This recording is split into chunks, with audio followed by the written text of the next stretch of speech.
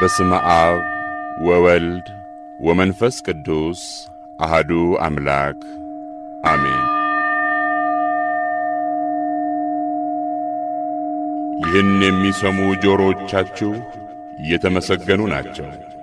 ድምፀ ተዋህዶ ድምፀ ተዋህዶ የኢትዮጵያ ኦርቶዶክስ ተዋህዶ ቤተክርስቲያንን ትምህርተ ሃይማኖት፣ ሥርዓተ እምነትና ክርስቲያናዊ ትውፊትን የሚያስተምር የሬዲዮ መርሃ ግብር ነው። ድምፀ ተዋህዶ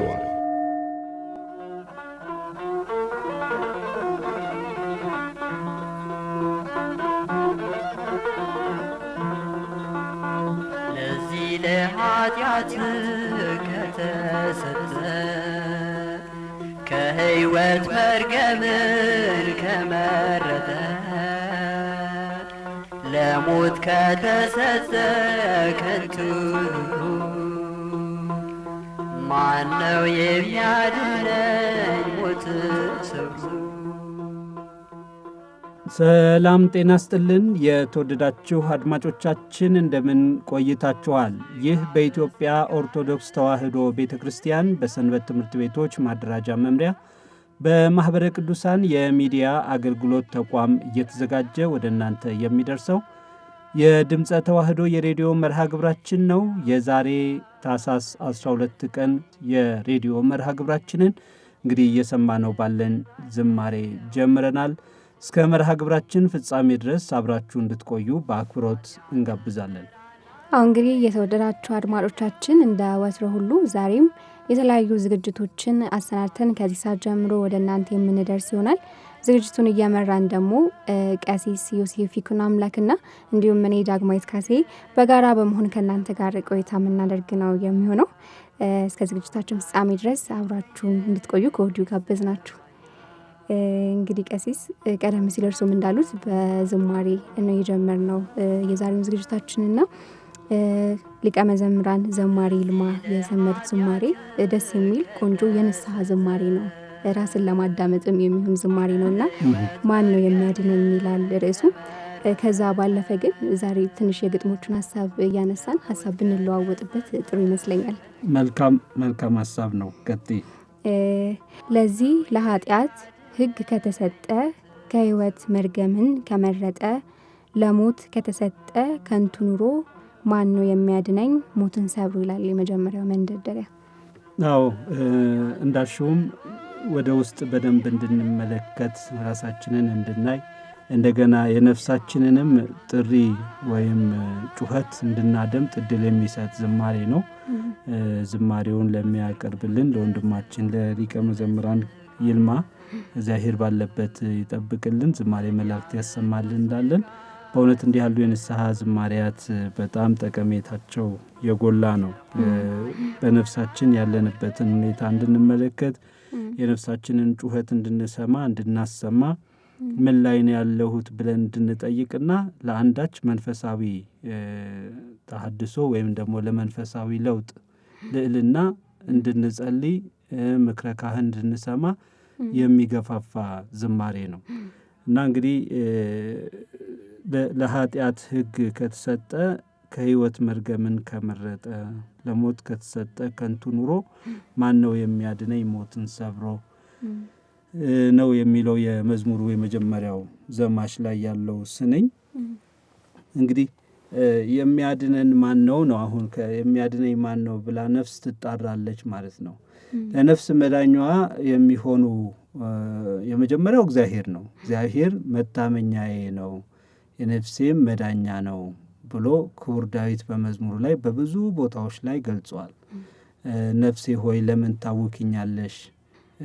በአምላክ በመድኃኒቴ እመኚ ታመኚ እያለ ዳዊት እንደገና ዋላ ወደ ውሃ ምንጭ እንደሚናፍቅ ነፍሴ ወደ ሕያው አምላክ ናፈቀች እንደዚህ እያለ ዝማሬ ይዘምራልና የመጀመሪያ የነፍሳችን መድኃኒትና ሕይወት የሚሆን ፈጣሪያችን እግዚአብሔር ነው።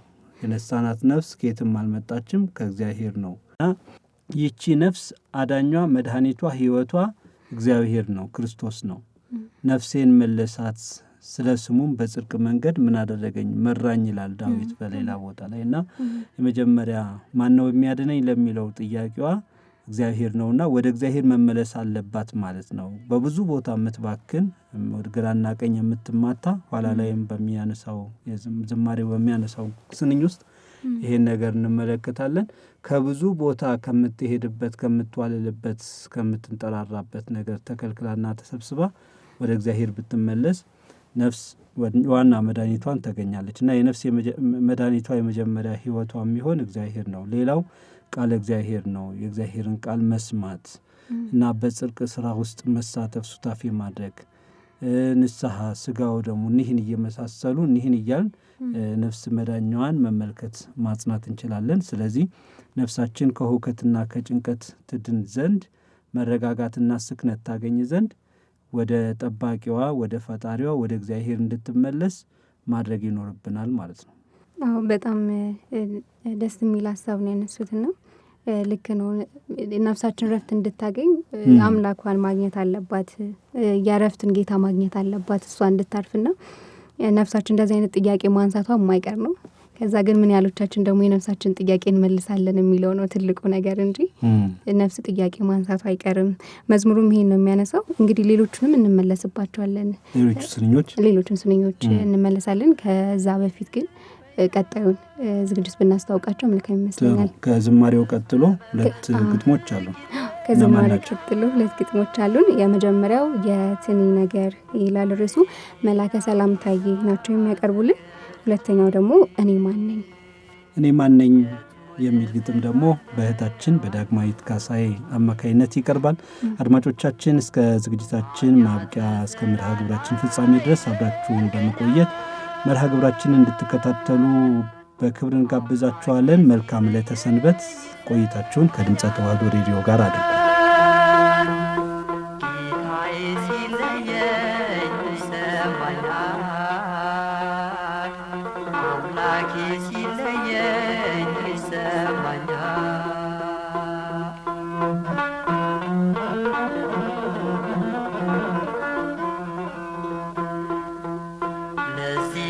ኃጢአት ከተሰጠ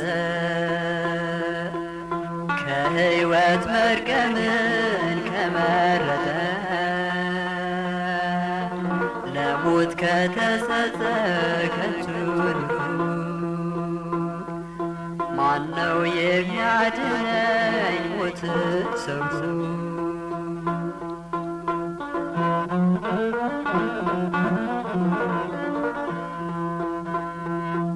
በኃጢአት ለመኖር በዚህ ዓለም የአምላክን ትእዛዝ በማጣበቅ በስርቆት በዝሙት በስካር በዲያብሎስ ፍቃድ ስንኖር የኋላ ውርደት ነው አምላክ በክንዶቹ ያልያዘው የጨለማ ጉዞ ምኑ ይጥማ ዓይን እያሳወረ ያዋርዳል።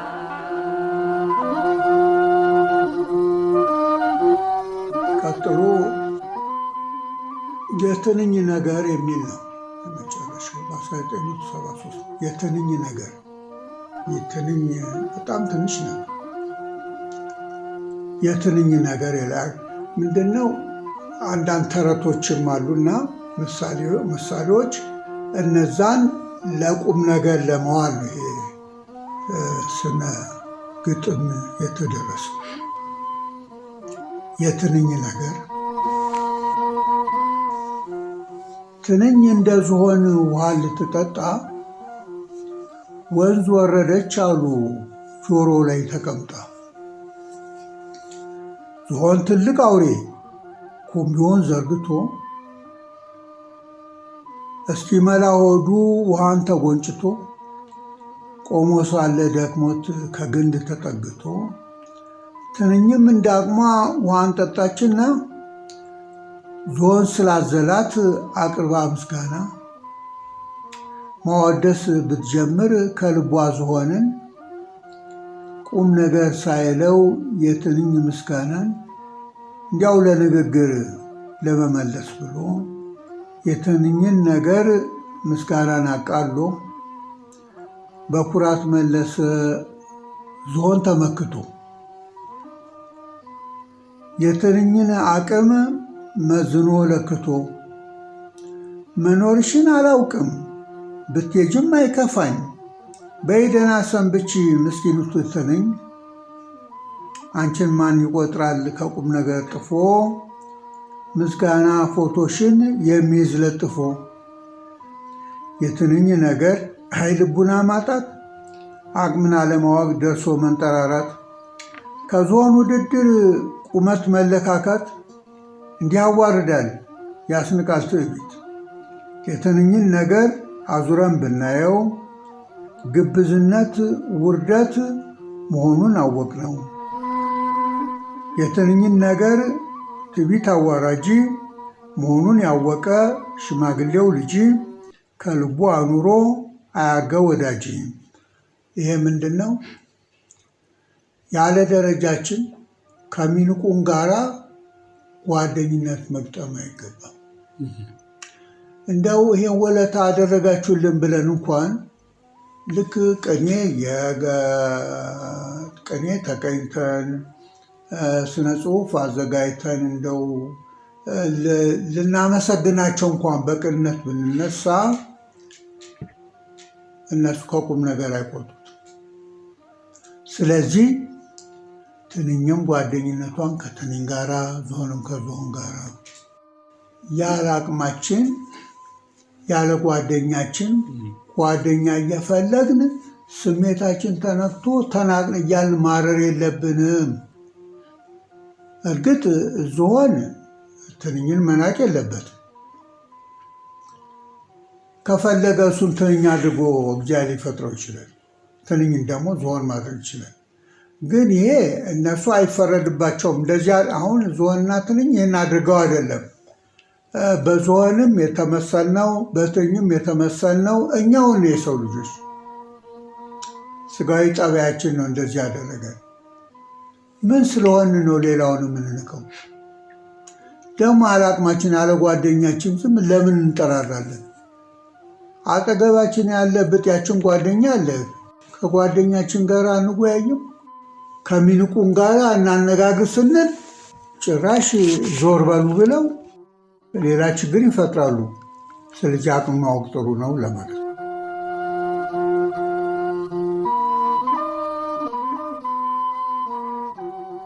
እኔ ማን ነኝ? ያቺ ቀን ያቺ ምሽት ብትሆን ዛሬ ከሽሽጉ ልቤ ቢገለጥ ምግባሬ ከቃል ዙፋን ላልተገኘው ዘውዴ እግሬ የሚመርጠው የቱ ይሆን መንገዴ? ለምታበይ እኔ በማስመሰል ፍቅር የንዋይ ሽንገላ ሐሴቴን ለሚጭር ቀን ብታዞር ፊቷን ክፋቷን ገላልጣ በምን ይገለጥ ይሆን የልቤ ይሁንታ? ለሚያሽሞነሙነኝ የቃላት ስንዘራ እንደ ጅራፍ ሊገርፈኝ ቢመጣ መከራ ጽናት ላላጠረው ለገላጣ አጥሬ እኔ ማነኝ ያችን ዕለት በመግባሬ? ከአይሁድ ምክክር ምወዳጅ ይሁዳ ለምታልፍ ዲናር አንተን የምከዳ በብልጠት ሚዛን ከስር ተመዝኜ እግሮቼን ስታጥብ የማይከብደኝ ሆኜ ፍቅርን በተቀባ ጥላቻም ስምህ ይሁዳን ሆን ወይ አውቄ የምተውህ? ወይስ ማልኩስን የአይሁዶችን ታዛዥ በቃል ገስጸ ያንን ሰይፍ መዛዥ በዚህ ሳያበቃ ለሰጠኸኝ አዲስ ጆሮ ምላሽ የሆነ አንተን መውሰድ አስሮ ውለታ ያልከበደኝ ማዳንህ ያልታየኝ በዚህ ግብር ሚዛን ያልታየው እኔ ማነኝ? የምፈረጥጥ እያልኩ አውጭኝ እግሬ ኮብልዬ የምሸሽ ካንተ ከህይወት አጥሬ ወይስ የምረሳ በእሳት ዳር ቆሜ ጥያቄ ሲመጣ አልችል ሲለኝ አቅሜ የፍርሃት በትር አፌን የሚረታ አላውቅህም ምል በማወቂ ፈንታ የትዕቢት ቃላቶች አቅሌን የሚያሳጣኝ ጴጥሮስን እሆን ወይ መተ ብትፈትሸኝ? ወይስ የዘመናት ቁስሌን ፈቃዴን ጠይቀ የእስራት ቀንበሬን አልጋን አሸክመ በእግሮቼ እርምጃ ብርሃንን ስላየው ለማዳን ምላሽ እጆችን ያነሳው የኑሮ መዝገቤ መስመሩን የሳተ መጻጉን ብሆንስ ስትመዝነኝ አንተ ለእውነት እንዳልቆም የሚያንቀኝ ስልጣኔ ቦታ ያሸነፈው የህይወቴን ቅኔ እጄን የምታጠብ ፍትህ አጓድዬ ከጲላጦስ ጎራ ቢገኝስ ገመናዬ ጌታዬ ሆይ በዚህ ሁሉ ሚዛን ብለካ ከሽፍን ገጽታዬ ማንን ነው ምተካ የአይኔ መነጽር ራሴን ቢያሳየኝ ከዚህ ሁሉ መሃል ያልታየሁት እኔ ማን ነኝ?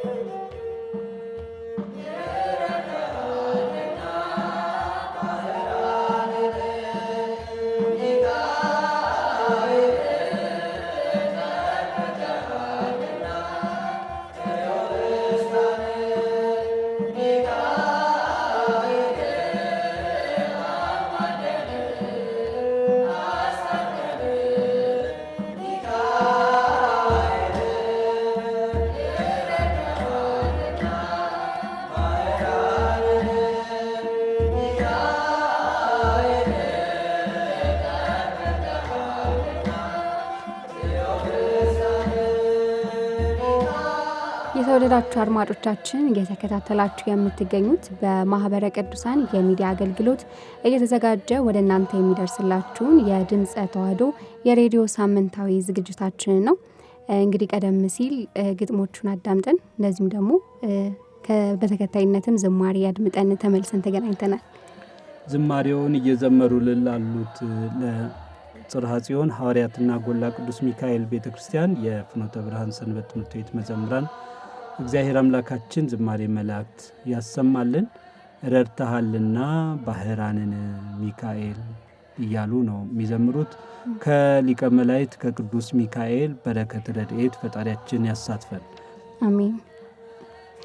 እንግዲህ ቀደም ሲል ወደ አነሳናቸው ሊቀ መዘምራን ይልማ ዝማሬ እንመለስና ወደ ስንኞቹ እንመለስና ሀሳባችንን ብንቀጥል ጥሩ ይመስለኛል። ቅድም እንግዲህ ለመንደርደሪያነት የመጀመሪያውን አንስተን ነበረ። ከዛ በተከታይነት ሁለተኛው ስንኝ ደግሞ ስጋ በስጋ ሕግ ይስበኛል፣ መንፈስ በመንፈስ ሕግ ይጠራኛል፣ ለየትኛው ጌታ ተገዝቼ መኖር እችላለሁ፣ የቱን እመርጣለሁ አንዱን ትቼ ይላል። አዎ እንግዲህ ሁለት አይነት የስህበት ህጎች አሉ ማለት ነው በሰው ሰውነት ላይ ወይም ህይወት ላይ ሰውን የሚስቡት ከሁለት የተለያየ አቅጣጫ። አንደኛው ስጋዊ የስህበት ማዕከል ነው፣ ሌላኛው ደግሞ የመንፈስ ነው። ይሄ ሁሉ ጊዜ ቅዱስ ጳውሎስም በመልእክቱ ላይ ስጋና ነፍስ ወይም መንፈስ በውስጥ ሰውነታችን ውስጥ እርስ በርሳቸው ሲቀዋወሙ አንዱ በአንዱ ላይ በጠላትነት እንደሚነሳሳ በግልጽ ጽፎልናል። እና ብዙ ጊዜ ሰው በእነኚህ በሁለቱ የስህበት ህጎች ፍጹም የሚቃረኑ ሀሳቦች የመወጠር እድል ይገጥመዋል። እንዲሁም መልእክት ሲቀርብለት አሁን ከእግዚአብሔር የሚቀርብለት መልእክት ወይም ጥሪ እንዳለ ሁሉ ከዲያብሎስ ወይም ከጠላት ሰይጣን የሚቀርብለት ጥሪ አለ። የነፍስ ፈቃዷ የምታዘነብልበት ጉዳይ አለ፣ የስጋም ደግሞ ፈቃድ አለ። እና ለምሳሌ ነፍስ ልጹም፣ ልጸልይ፣ ፈቃድ እግዚአብሔርን ልፈጽም የሚል ፈቲው ወይም ፈቃድ እንዳላት ሁሉ ስጋ ደግሞ ልብላ፣ ልጠጣ ብሎ ከዛ በኋላ የሚመጡ ደግሞ በስጋ ፈቃድ የሚፈጸሙ እርኩሳን እኩያት ፍትወታትን የማስተናገድ ፍላጎት አለ። እና የሰው የሚጠቅመውን ነገር ይለይ ዘንድ ለይ የሆነች ሚዛን የምትሰጥ ብያን የምታስተላልፍ ህሊና እግዚአብሔር በሰው ሰውነት ላይ አኑሯል። ያቺ ህሊና ነጻነት ያላት እውቀት ያላት ነባቢት የሆነች ናት እና በሙሉ ፈቃዷ እና ስልጣኗ እንዲህ ይሁን ትላለች። እንግዲህ ህሊናችን የነፍስን ጥሪ መቀበል ከቻለ ህሊናችን በመንፈሰ እግዚአብሔር የተቃኘ ነው። መንፈሰ እግዚአብሔር መቃኘቱን ጠብቆ ድንግልናውን ጠብቆ ይኖራል ማለት ነው።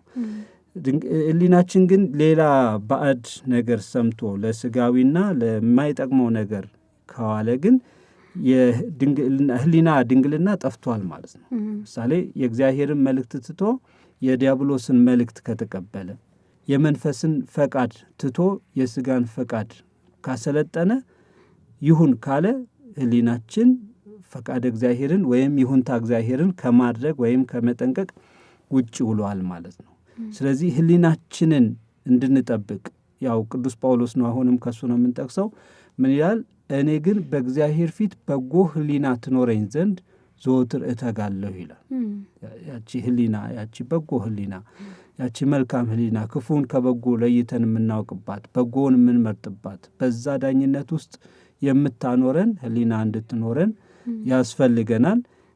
ጥሪው ግን ከሁለቱም ነው እና አሁን በይልማ በወንድማችን ዝማሬ ውስጥ የምትቃትተዋ ነፍስ የምንመለከታት ያለን ምን እያለች ነው? ለየትኛው ጌታ ተገዝቼ መኖር እችላለሁ አንዱ ትቼ ነው የምትለው ያለችውና እንግዲህ ለምሳሌ በእናታችን ሔዋንና በአባታችን አዳም አኗኗር የገነት አኗኗር ውስጥ ስንመለከት እግዚአብሔር ይህንን ዕፀ በለስ እንዳትበሉ ብሏቸዋል። ዲያብሎስ ደግሞ አይ ይህንን ዕፀ በለስ ብሉ ብሏቸዋል። እግዚአብሔር አትብሉ ሲል ባለመብላት የሚጠቀሙትን ጥቅም ነግሯቸዋል። ምን ብሏቸዋል? እርሱም ባትበሉ በሕይወት ትኖራላችሁ፣ በተላ ደስታ ትኖራላችሁ ብሏቸዋል። ሰይጣን ደግሞ ብሉ ሲላቸው በመብላታቸው የሚያገኙትን ጥቅም ሲነግራቸው እሱም ብትበሉ እንደ አምላክ እንደ እግዚአብሔር ትሆናላችሁ ብሏቸዋል። እና እንዲህ በጣም ኮንትራዲክት የሚያደርጉ ሀሳቦችን የተሸከሙ ጥሪዎች ነው የሚያስተላልፉት። በዚህ ጊዜ ሰው ወሳኝ ነው። አዳም ሔዋንም እናት አባታችን የዲያብሎስን ጥለው የእግዚአብሔርን ማሰልጠን ይችሉ ነበረ። መብት ነበራቸው፣ ነጻነት ነበራቸው። ያው የእግዚአብሔርን መልእክት ትተው ያው የዲያብሎስን ፈቃድ ሰምተዋል። በዚህ የተነሳ እንግዲህ ሊቁ ቅዱስ አትናቴዎስ በቅዳሴው ላይ እንደምናነበው ወይም እንደምንሰማው አንቺ ሔዋን ሆይ እንዲህ ያለ መርገም ከእግዚአብሔር እንድንለይ ከገነት እንድንወጣ ምን አድርገንሻል እያለ በወቀሳ ቃል ተናግሯል። እና የኋላ ነፍሳችን ለምትከፍለው ዋጋ ወይም ለሚመጣባት ፍዳ መርገም ዋጋ ከፋይዋ ራሷ ናት። ብትጠቀምም ደግሞ እሰይ እንኳን አበጀው በፈቃድ እግዚአብሔር ኖርኩ ብላ የምትጠቀም እርሷ ናት። እና ለዛች ነፍስ ረፍት ይሰጣት ዘንድ ህሊናችን ትኩረቱን ከፈቃደ ስጋ ይልቅ ወደ ፈቃደ ነፍስ ከዲያብሎስ ይልቅ ወደ እግዚአብሔር ጥሪ ማዘንበል አለበት ነው። ልክ ነው።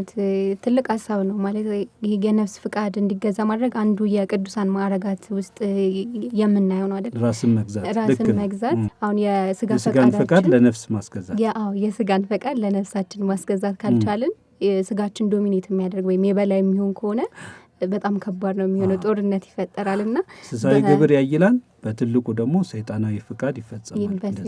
እንደዛ ነው የሚሆነውና ዘማሪውን በዚህ ውስጥ የገለጸው እሱን ይመስለኛል።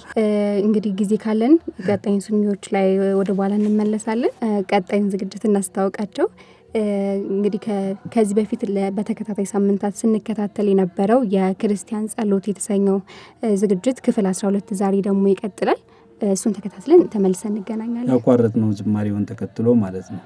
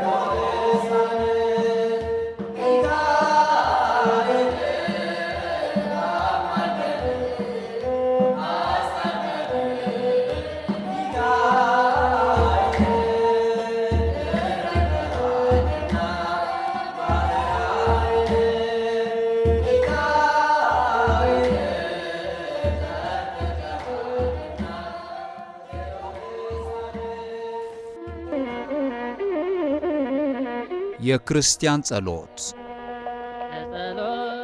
እንዴት የትና ምን እንጸልይ?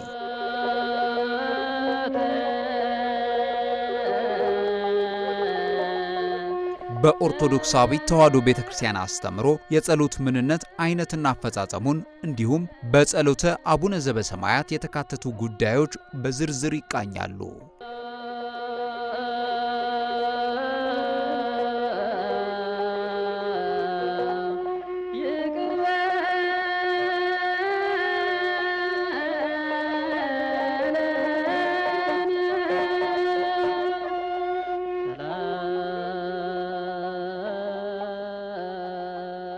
የክርስቲያን ጸሎት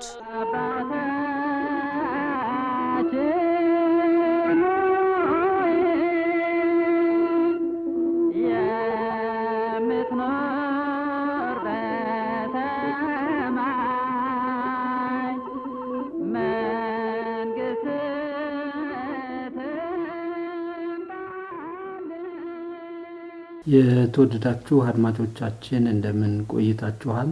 ለእግዚአብሔር ምስጋና ይግባው።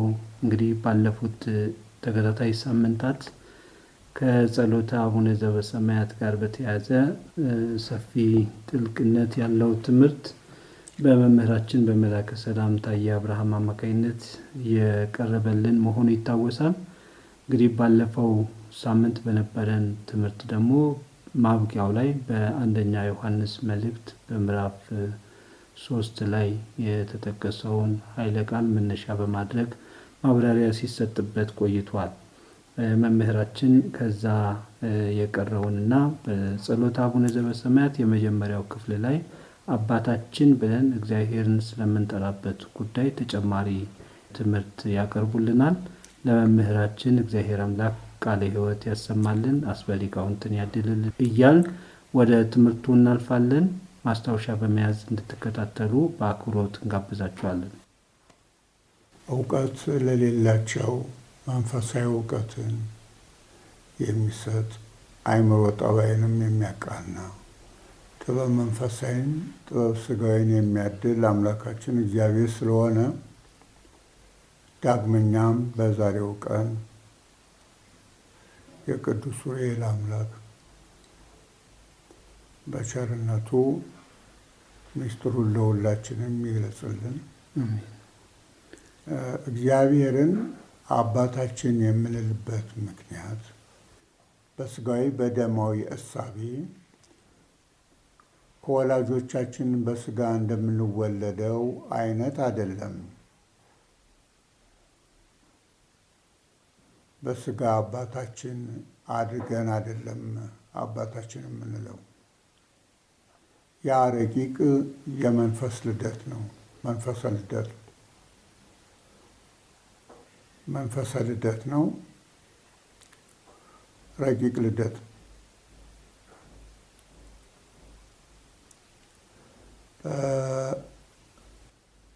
ልጆቹ በመሆናችን ምክንያት በትሩፋታችን በምግባራችን ያገኘነው ሳይሆን እሱ ራሱ ሲፈጥረን በውዴታው በጥንተ ተፈጥሮ ሰው አድርጎ እንደፈጠረን ባለፈው እንደተነጋገርነው በአርአያው በመልኩ እንደፈጠረን በአዲስ ተፈጥሮ ደግሞ ክርስቲያን እንድንሆን ስለፈቀደ አባታችን ብለን እንድንጠራው ፈቃዱ የሆነው ልጅነትን ሰጥቶን ነው። ልጅ ሳንሆን አባታችን ብለን መጥራት አንችልም። ይሄ ልጅነት በገንዘብ የተገዛ ልጅነት አይደለም። እግዚአብሔር በውዴታው የሰጠን ነፃ ስጦታ እግዚአብሔራዊ ጸጋ ነው። ከዚህ የበለጠ ደግሞ ሀብት ሊኖረን አይችልም።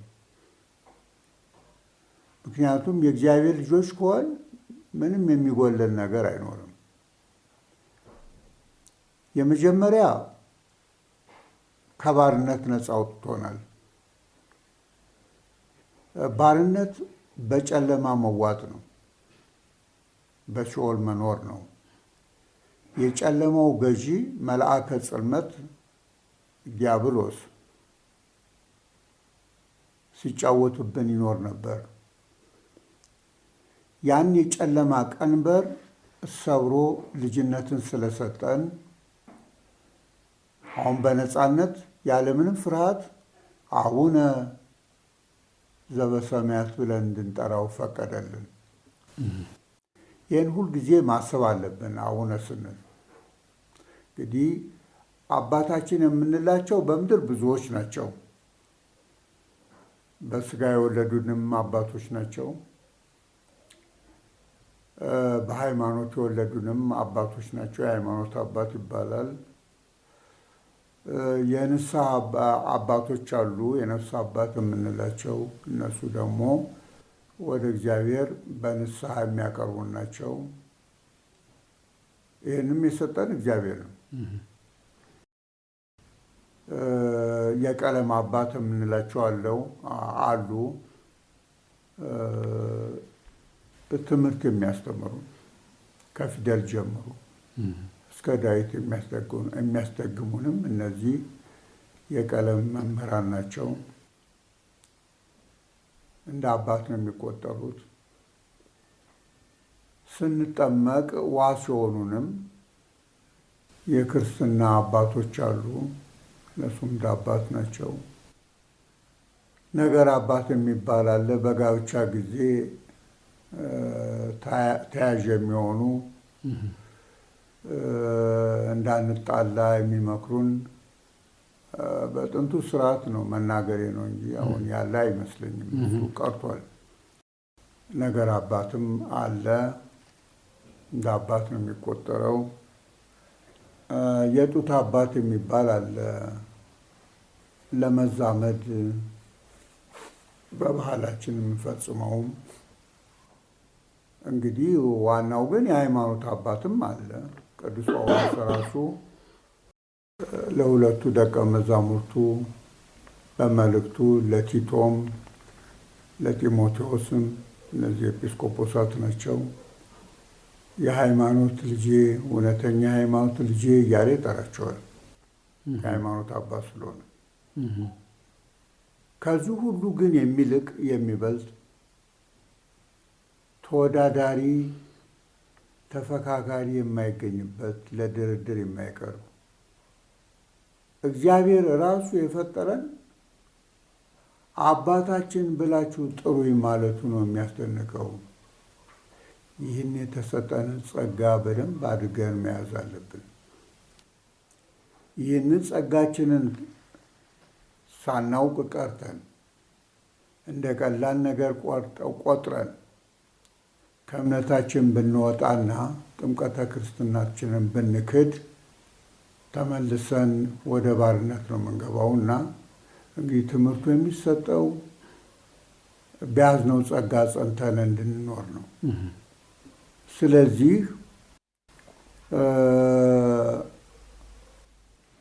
ሰይጣን በጨለማ ይመሰላል። በሱ ምክንያት የመጣብን ድንቁርናና ባርነትም በጨለማ በጽልመት ነው የሚመሰለውና ነፃ አውጪው አባታችን ግን በብርሃን ነው የሚመሰለው። ራሱ መመሰል ብቻ ሳይሆን በባህሪው ብርሃን ነው። ብርሃናትን የፈጠረ አምላክ። ስለዚህ ነፃ ስላወጣን ልጅነትን ስለሰጠን ነው አባታችን የምንለው ብለን ባለፈው እንዳነሳ ነው። ከዛ የቀጠለ ነው እንግዲህ ለዛሬ ደግሞ የምንነጋገረው። ለዚህ አንዳንድ ምስክሮች ከቅዱሳት መጻሕፍት ማምጣት ያስፈልገናል። የጌታችን የኢየሱስ ክርስቶስ ወንጌል ቅዱስ ዮሐንስ እንደጻፈው ምዕራፍ 1 ከቁጥር 9 እስከ 13 ያለውን ላንብብ። ለሰው ሁሉ የሚያበራው እውነተኛው ብርሃን ወደ ዓለም ይመጣ ነበር ይላል። ስለ ጌታችን ስለ ኢየሱስ ክርስቶስ የሚናገር አንቀጽ ነው። ሰውን ሁሉ ከኃጢአት ጨለማ ከዲያብሎስ አገዛዝ ነፃ የሚያወጣው ብርሃን ወደ ዓለም ይመጣ ነበር ብሎ ልክ የፀሐይ ብርሃን ወደ ዓለም እንደሚመጣ አይነት በምሳሌ አገላለጽ ነው የገለጸው። ፀሐይ በአንድ ቦታ ሆና ብርሃኗን ትልካለች፣ ሙቀቷንም ትልካለች። በክበበ ፀሐይ የሚመሰለው እግዚአብሔር አብ ሲሆን በጸዳሏ በብርሃኗ የሚመሰለው እግዚአብሔር ወልድ ነው። በሙቀቷ የሚመሰለው ደግሞ እግዚአብሔር መንፈስ ቅዱስ ነው። ምንም ለሥላሴ ምሳሌ ባይገኝላቸውም በፀሐይ መጻሕፍት ይመስሉታል። አብ ፀሐይ፣ ወልድ ፀሐይ፣ መንፈስ ቅዱስ ፀሐይ እያሉ እነ ቅዱስ ሕርያቆስ አባ ሕርያቆስም በቅዳሴ ማርያም ገልጸውታል። አሁን ወደዛ ምስጢረ ሥላሴ ውስጥ አይደለም የምንገባው፣ ግን ብርሃን ሲል ከሌሎቹ ብርሃናት ለመለየት መገንዘብ ስላለብን ነው። ለሁሉ የሚያበራው እውነተኛው ብርሃን ወደ ዓለም ይመጣ ነበር ይላል። ይመጣ ነበር የሚለው በቦታ ይወሰናል ማለት ሳይሆን ይህ ብርሃን በክበብ ከተመሰለው ከእግዚአብሔር አብ በቅድምና የተወለደ መለኮታዊ ልደት ያለው የባህሪ ልጁ መሆኑን ሲያመለክት፣ በጸሎተ ሃይማኖታችንም ከብርሃን የተገኘ ብርሃን እንላለን። ከእውነተኛ አምላክ የተገኘ እውነተኛ አምላክ እንለዋለን። ኢየሱስ ክርስቶስ በመለኮቱ እንደዚህ ነው። መለኮቱ የተገኘው ከባህሪ አባቱ ከአብ ነው። ቃል ከልብ እንደሚገኝ፣ ብርሃን ከክበበ ፀሐይ እንደሚገኝ፣ ወልድ ከአብ በቅድምና ልደቱ ተገኝቷል። መገኘት ግን ጊዜን የሚያመለክት አይደለም። ጥንት የሌለው መገኘት የአብ አባትነት የወልድ ልጅነት ቀዳማዊ ነው ስንል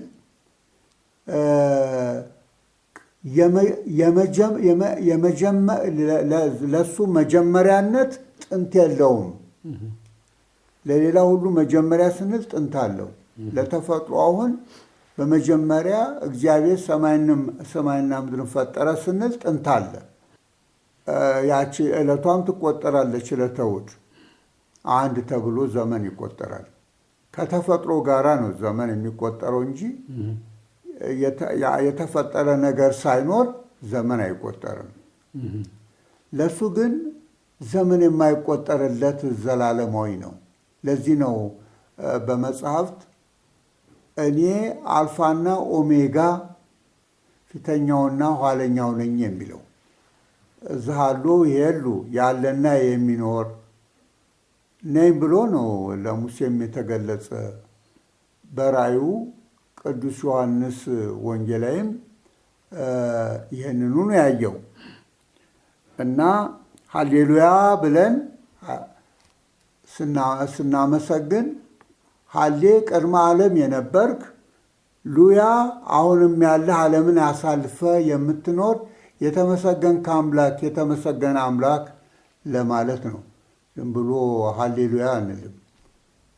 የእሱን ቀዳማዊነቱንና ዳህራዊነቱን ለመግለጽ ነው።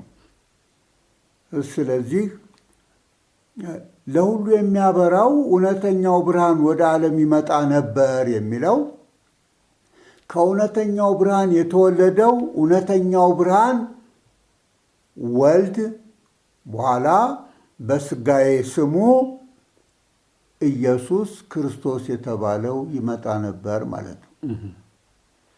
ያን ጊዜ ከድንግል ተወልዶ ኢየሱስ አማኑኤል ክርስቶስ ገና አልተባለም።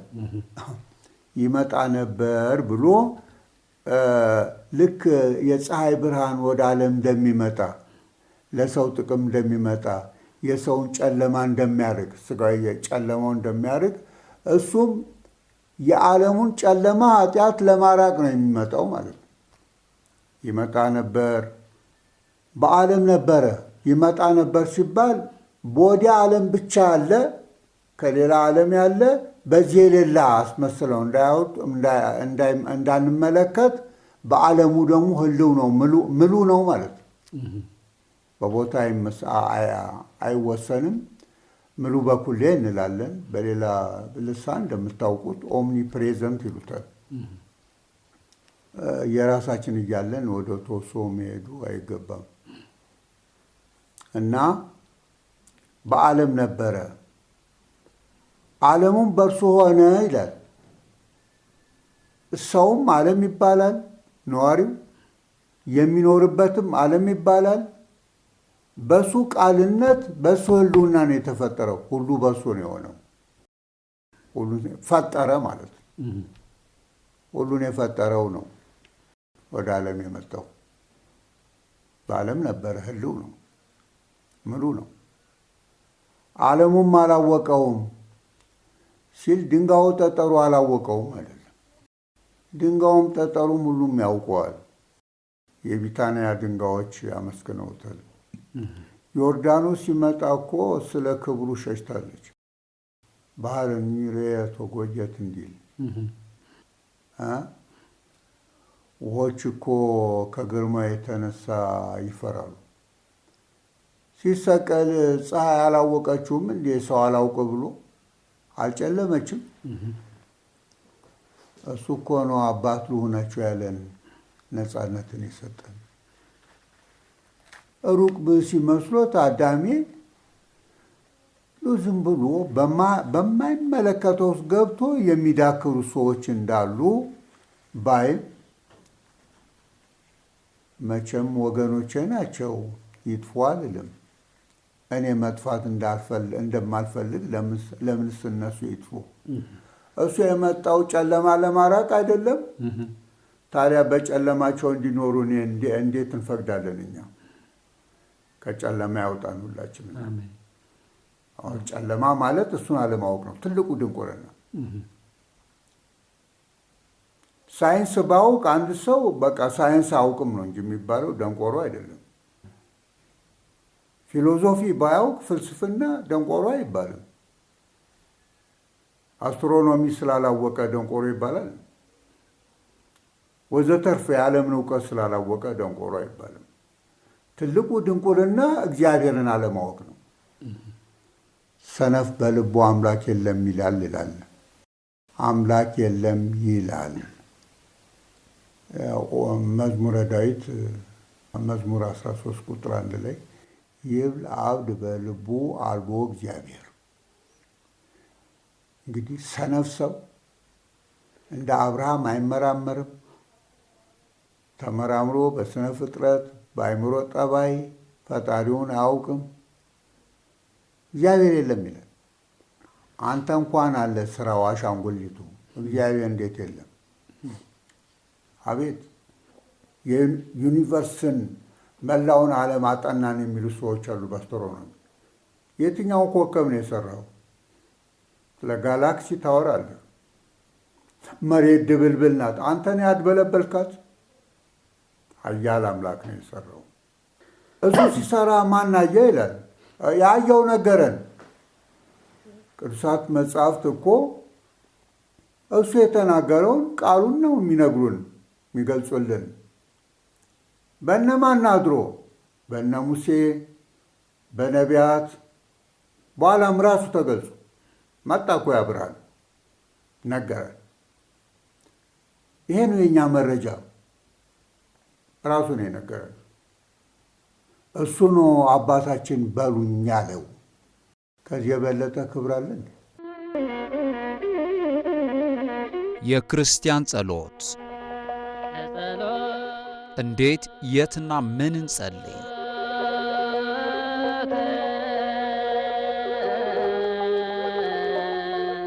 በኦርቶዶክሳዊት ተዋሕዶ ቤተክርስቲያን አስተምሮ የጸሎት ምንነት አይነትና አፈጻጸሙን እንዲሁም በጸሎተ አቡነ ዘበሰማያት የተካተቱ ጉዳዮች በዝርዝር ይቃኛሉ።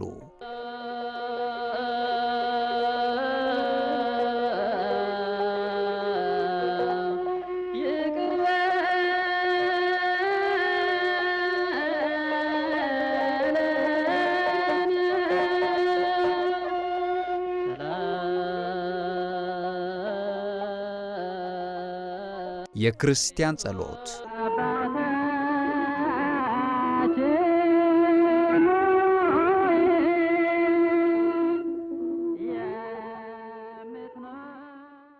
የተወደዳችሁ አድማጮቻችን እየተከታተላችሁ የምትገኙት የዕለተ ሰንበት ታኅሳስ 12 ቀን 2018 ዓ.ም የድምፀ ተዋህዶ የሬዲዮ መርሃ ግብራችንን ነው። ትምህርቱን ተከታትለን ተመልሰናል። ለመምህራችን ለመላከ ሰላም ታዬ አብርሃም አስበሊቃውንትን ያድልልን፣ ቃለ ሕይወት ያሰማልን። ተከታዩን ዝግጅት በቀጣዩ ሳምንት ይዘንላችሁ የምንቀርብ ይሆናል። አሜን። ለአባታችን ቃለ ሕይወት ያሰማልን። እንግዲህ ቀሲስ ካለን ሰዓት አንጻር ቅድም ያነሳነውን የሊቀ መዘምራን ይልማ ዝማሬ አንዱን የመጨረሻውን ስንኝ እናንሳና በዚህ ብናጠናቀቅ ጥሩ ይመስለኛል። የኋላ ኋላ ውርደት ነው አምላክ በክንዶቹ ያልያዘው፣ የጨለማ ጉዞ ምን ይጥማል ዓይን እያሳወረ ያዋርዳል። በጣም የሚገርም ነገር አለ እዚህ በሶሎሞን መጽሐፈ ምሳሌ ላይ ብዙ ጊዜ ተዘልፎ አልመለስ አልሰማ ያለ ሰው ድንገት አንገቱ ይሰበራል፣ ፈውስም የለውም ይላል። እንግዲህ የእግዚአብሔርን ጥሪ ተደጋጋሚ የሆነ የእግዚአብሔርን መልእክት እና ከእግዚአብሔር በምጽዋት የሚሰጠውን የንስሐ ጊዜ እና ትምህርት እኒህን የመሳሰሉ የእግዚአብሔርን ችሮታዎች እየሰሙ እየተቀበሉ ወደ እግዚአብሔር መመለስ ካልተቻለ መጨረሻ ላይ የማይወጡበት ማጥ ውስጥ፣ ከማይድኑበት በሽታ ውስጥ፣ ከማይነሱበት የሞት ሞት ውስጥ መግባታቸው አይቀርም። እግዚአብሔር በፈታሂነቱ ውስጥ ፈራጅነትም አለ።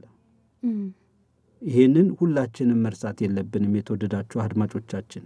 ስለዚህ ከአረማውያን ጋራ በመሆን የእግዚአብሔር ሥርዓትና ትምህርት በማያውቁ ሰዎች መካከል በመገኘት ወይም በሌላ ገፋፊ ምክንያት ጥሩ ያልሆነ ባልንጀርነትን በመመስረትና በሌላ ትምህርት በመቃኘት ከቅድስና ሕይወት ከክርስቲያናዊ ፈቃድና አስተምህሮ ውጭ የወጣ አኗኗራት ካለን በክርስቲያናዊ ስነ ምግባር በክርስቲያናዊ ሥርዓት በፍጥነት ልናርመው ያስፈልገናል። ይሄ ከሆነ እግዚአብሔር ተበቃይ አይደለም። እግዚአብሔር ወደ እርሱ የመጡትን ገፍትሮ ወደ ውጭ የሚያወጣ አይደለም።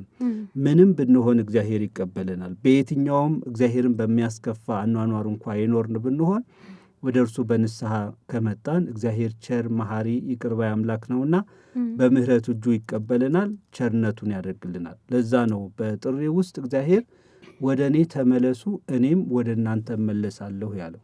ሰው ወደ እግዚአብሔር የሚመለሰው በንስሐ ነው። እግዚአብሔር ደግሞ ወደ ሰው የሚመለሰው በምህረት ነው፣ በይቅርታ ነው፣ በቸርነት ነው። ስለዚህ የአምላካችን ምህረት ይቅርታው እንዲደረግልን ንስሐው ልንጠቀምበት ያስፈልጋል። የዝማሬው የመጨረሻ አስኳሉ ወይም ደግሞ መዳረሻ የጨለማ ጉዞ ምን ይጥማል ዓይን እያሳወረ ያዋርዳል ነው የሚለው መጨረሻ ውርደት መሆኑን ነው የሚያሳየው። በሞተ ስጋ ላይ ሞተ ነፍስ፣ በርደተ መቃብር ላይ ርደተ ገሃነም ያስፈርዳል። የሞት ሞት ነው። ከዛ ይሰውረን እግዚአብሔር። አሜን። እውነት ነው። እርሱ ምናልባት ቅድም የሆነች ሀሳብ ሲያነሱ ቸርነትን ሲያነሱ አንድ ያነበብኩት ነገር ትዝ አለኝ። ምንድን ነው እግዚአብሔርን በጣም መሐሪ ነው ብለህ ደጋግመህ አትበድለው ይላልና በጣምም ቸር ነው ብለን ደጋግመን በበደል ላይ በደል መጨመር እንደሌለብን ከዛች ጥቅስ ውስጥ ነው የተረዳሁትና እርሱ እንዳሉት እግዚአብሔር መሐሪ ነው፣ ግን ዕለት ዕለት ደግሞ ንስሐ መግባት ያስፈልጋል፣ ራሳችንን መመልከት ያስፈልጋል። ያ ትልቅ ነው ያስባል። እውነት ነው። ሲራክም በመጽሐፉ እግዚአብሔር ቸር ነው እያልክ በኃጢአት ላይ ኃጢአትን አትስራ ብሎ ምክር ይሰጣል። የአባቶቻችን የእናቶቻችንን ምክር ሰምተን ሥርዓተ ቤተ ክርስቲያንን ጠንቅቀን ፈጽመን የአምላካችንን ሥጋውን ደሙን ተቀብለን መንግሥቱን ጽድቁን በመጠባበቅ እንድንኖር አምላካችን በቸርነቱ ይርዳን። የእመቤታችን የቅድስት ድንግል ማርያም ጸሎትና ረድኤቷ አይለየን። አብራችሁን ስለቆያችሁና ዝግጅቶቻችንን ስትከታተሉ ስለነበረ ከልብ እናመሰግናለን።